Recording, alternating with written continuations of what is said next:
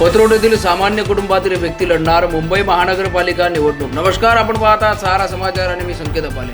अमरावती जिल्ह्यातील अचलपूर तालुक्यातील पतरोड गावातील सामान्य कुटुंबातील व्यक्ती म्हणजे रवींद्र दांडगे यांनी गावामध्ये शिक्षण करून परिस्थिती गरीब असल्याने कामाकरिता मुंबई येथे ते गेले आणि तेथे आपले वास्तव्य निर्माण केले। आपली परिस्थिती सुधारत राजकीय क्षेत्रात काम करायला त्यांनी सुरुवात केली आणि राष्ट्रवादी काँग्रेस पार्टीमध्ये ते कार्यरत ते पदाधिकारी असा प्रवास दांडगे यांचा आहे।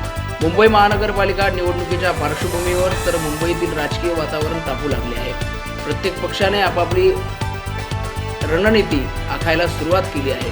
अशातच राष्ट्रवादी पार्टी अजित पवार गट मिशन 2026 अंतर्गत उत्तर मुंबई मध्ये संघटन बळकट केले। रवींद्र दांडगे हे उपमुख्यमंत्री अजित पवार, नामदार छगनराव भुजबळ यांचे निकटवर्ती आहेत। त्यामुळे महानगरपालिका निवडणुकीत कांदिवली वार्ड प्रभाग क्रमांक 28 महिला आरक्षित असल्याने त्यांची पत्नी सौभाग्यवती रीना रवींद्र दांडगे यांच्या नावाची चर्चा सध्या राजकीय वर्तुळात जोरदार चालू आहे। सामाजिक, शैक्षणिक आणि नागरिकांच्या प्रश्नांसाठी सातत्याने सक्रिय असलेल्या सौभाग्यवती रीना दांडगे यांनी प्रभागात स्वतंत्र ओळख निर्माण केली आहे।